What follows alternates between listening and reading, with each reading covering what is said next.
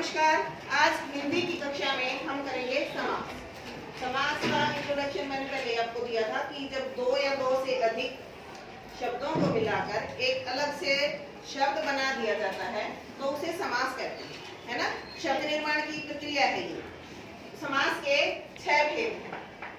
Number 1 अव्ययी भाव समास। अव्ययी भाव समास वो समास होता है जिसका मैंने आपको बता रखा है कि एक समास के दो पद होते हैं। समास के दो पद होते हैं, एक पूर्व पद और एक उत्तर पद, पहला या दूसरा पद, पहला पद दूसरा पद या पूर्व पद और उत्तर पद। तो इसमें अव्ययी भाव समास का प्रथम पद प्रधान होता है और अव्यय होता है। अव्यय भी बताया था कि जिस के ऊपर लिंग वचन कारक काल का कोई प्रभाव नहीं पड़ता वो शब्द अव्यय होते हैं।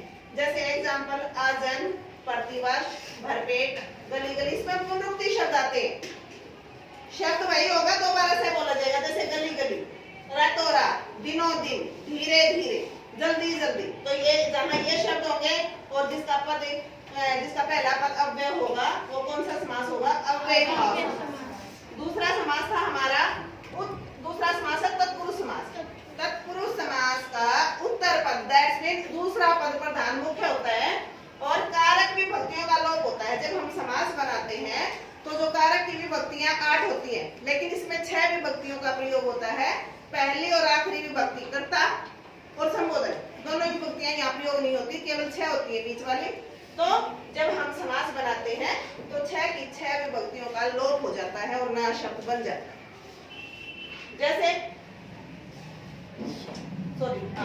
जैसे यश प्राप्त, यश को प्राप्त, है ना। समास विग्रह किया। जैसे रसोई घर, रसोई के लिए घर। जैसे रोग मुक्त, रोग से मुक्त। जैसे विद्यालय, विद्या के लिए आलय। जैसे हिमालय, हिम के लिए आलय। ठीक है। अगला है कर्मधारय समास। जो कर्मधारय समास होता है उसमें दोनों में जो दो पद होते हैं ना, पूर्व पद उत्तर पद, दोनों पदों के बीच में विशेषण और विशेषण। विशेषण क्या होता है? जो शब्द किसी शब्द की विशेषता बताता है, और विशेषण जिस शब्द की विशेषता बताई जाती है वो विशेषण होता है, और जिन शब्दों के द्वारा विशेषता बताई जाती है वो विशेषण होते हैं। तो दोनों पदों के बीच में विशेषण और विशेषण का संबंध होता है। जैसे ये है, मैंने लिखा चंद्रमुख। मुख क्या है? विशेषण। मुख क्या है? विशेषण। और चंद्र है विशेषण। तो दोनों पदों के बीच में विशेषण और विशेषण का संबंध होता है। जैसे पीतांबर, अंबर, अंबर का मतलब वस्त्र, पीत मतलब पीले, पीले वस्त्र। वस्त्र की विशेषता क्या है कि वो पीले हैं। पीले हैं जो वस्त्र, पीले हैं जो वस्त्र, पीतांबर। नील गगन, नीला है जो गगन। तो दोनों के बीच में विशेषण और विशेषण का संबंध होता है। नंबर 4 है द्वंद्व समास। द्वंद्व समास में दोनों पद, किसी जो समास होता है उसके दोनों पद प्रधान होते हैं। जैसे माता पिता, दादा दादी, ऊपर नीचे, अच्छा बुरा, भाई बहन। ठीक है। दोनों पद इसमें प्रधान है। इसमें ना कोई पद छोटा है ना कोई बड़ा है। दोनों के बीच में यही रहता है कि मैं भी प्रधान और तू भी प्रधान, इक्वल है दोनों। ठीक है। अगला है द्विगु समास। नंबर 5 है द्विगु।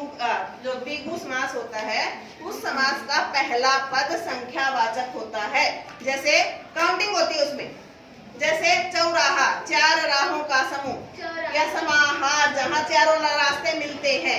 नवरात्रे, अभी नवरात्रे आपने रखे थे, 9 रातों का समाहार या समूह। ठीक है। त्रिकोण, 3 कोणों का समूह। चतुर्भुज, 4 भुजाओं का समूह। जहाँ पहला पद संख्यावाचक होगा वहां द्विगु समास होगा। लास्ट है हमारा बहुव्रीहि समास। बहुव्रीहि समास ध्यान से सुनना है। इस समास में ना पूर्व पद प्रधान होता है ना उत्तर पद प्रधान होता है, बल्कि कोई तीसरा पद प्रधान होता है। किसी तीसरे के लिए वो बातें आती हैं। जैसे दशानन, दशानन, 10 है आनंद जिसके, सिर जिसके, दैट्स मीन कौन है? 10 सिरों वाला रावण। ठीक है।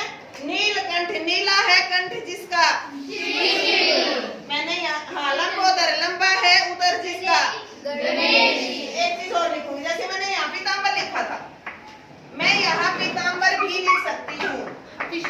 अब देखो, अब लेकिन इसका जब हम समास विग्रह करेंगे तो वो चीज देखने के लायक है, देखने योग्य है, समझने योग्य है।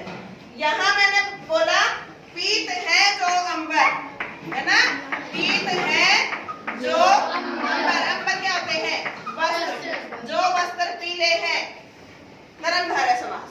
लेकिन यहाँ अगर हम इसका विग्रह करते हैं, पीला, पीले हैं वस्त्र जिसके, पीले हैं वस्त्र जिसके पीले वस्त्र हैं। पीले वस्त्र कौन किसके लिए आता है, ये श्री कृष्ण के लिए आता है पीतांबर, श्री कृष्ण के लिए आता है पीतांबर, है ना। पीत अगर हमने विग्रह कर दिया पीत है अंबर जिसके, तो श्री कृष्ण के लिए कौन सा समास है, अगर हमने बोला पीत है अंबर जो, विशेषण